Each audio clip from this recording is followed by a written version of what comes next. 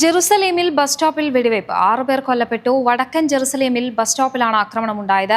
ആക്രമണത്തിൽ നിരവധി പേർക്ക് പരിക്കേറ്റു. പ്രാദേശിക സമയം രാവിലെ 10:30-ഓടെ റാമോട്ട് ജംഗ്ഷനിലെത്തിയ 2 പേർ ബസ് സ്റ്റോപ്പിൽ നിന്നവർക്ക് നേരെയും ബസ്സിന് നേരെയും വെടിയുതിർത്തു. ആക്രമണത്തിൽ ഇരയായവരിൽ 4 പേർ സംഭവസ്ഥലത്തും 2 പേർ ആശുപത്രിയിലുമാണ് മരിച്ചത്. പരിക്കേറ്റവരിൽ ചിലരുടെ നില ഗുരുതരമാണ്. ആക്രമണം നടത്തിയവർ വെസ്റ്റ് ബാങ്ക് സ്വദേശിയാണെന്ന് ഇസ്രായേൽ സൈന്യം പറഞ്ഞു. ആക്രമികളായ 2 പേരെയും പോലീസുകാർ ഉടൻ തന്നെ വെടിവെച്ച് കൊലപ്പെടുത്തി.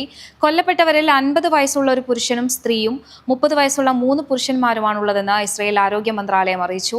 ഇസ്രായേൽ ഗാസയിലടക്കം നടത്തുന്ന ആക്രമണങ്ങളോടുള്ള സ്വാഭാവിക പ്രതികരണം മാത്രമാണിതെന്ന് ഹമാസ് പ്രതികരിച്ചു. എന്നാൽ ആക്രമണത്തിന്റെ ഉത്തരവാദിത്തം ഹമാസ് ഏറ്റെടുത്തിട്ടില്ല. യൂട്യൂബ് അടക്കം വിവിധ സാമൂഹ്യ മാധ്യമങ്ങൾക്ക് നിരോധനം ഏർപ്പെടുത്തിയ നേപ്പാൾ സർക്കാരിന്റെ നടപടികൾക്കെതിരെ പ്രതിഷേധം ശക്തം. തലസ്ഥാനമായ കാഠ്മണ്ഡുവിൽ നടന്ന പ്രതിഷേധങ്ങളിൽ ഒരാൾ കൊല്ലപ്പെട്ടതായാണ് റിപ്പോർട്ടുകൾ.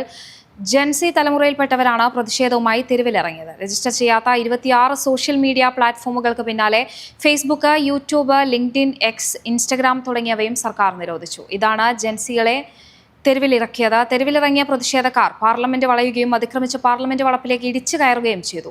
രാജ്യത്ത് അഭിപ്രായ സ്വാതന്ത്ര്യം സർക്കാർ അടിച്ചമർത്തുന്നുവെന്ന് പ്രതിഷേധക്കാർ ആരോപിച്ചു.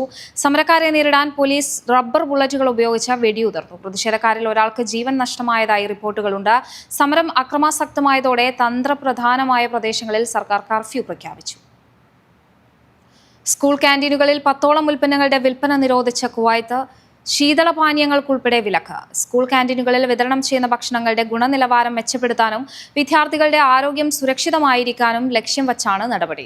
സമൂഹത്തിൽ ആരോഗ്യകരമായ ഭക്ഷണരീതിയും പോഷകം നിറഞ്ഞ ആഹാരം എന്ന ശീലവും വളർത്തിയെടുക്കുകയും ലക്ഷ്യമിട്ടുള്ള മുൻനിര വികസന പദ്ധതിയുടെ ഭാഗമായാണ് സ്കൂൾ കഫ്റ്റേരിയകളിൽ പുതിയ പരിഷ്കാരം നടപ്പിലാക്കുന്നതെന്ന് general authority for food and nutrition ഔദ്യോഗിക വക്താവ് വ്യക്തമാക്കി. സോഫ്റ്റ് ഡ്രിങ്കുകൾ, എനർജി ഡ്രിങ്കുകൾ, കഫീൻ അടങ്ങിയ പാനീയങ്ങൾ, പഞ്ചസാരയും കൊഴുപ്പും കൂടുതൽ അടങ്ങിയ ഭക്ഷണങ്ങൾ, ഫാസ്റ്റ് ഫുഡ്, ടിന്നിലടച്ച ന്യൂഡിൽസ്, കൃത്രിമ നിറങ്ങൾ, കലോറിയുള്ള സോസുകൾ, സംസ്കരിച്ച മാംസം എന്നിവയടക്കം നിരോധിച്ചിട്ടുണ്ട്.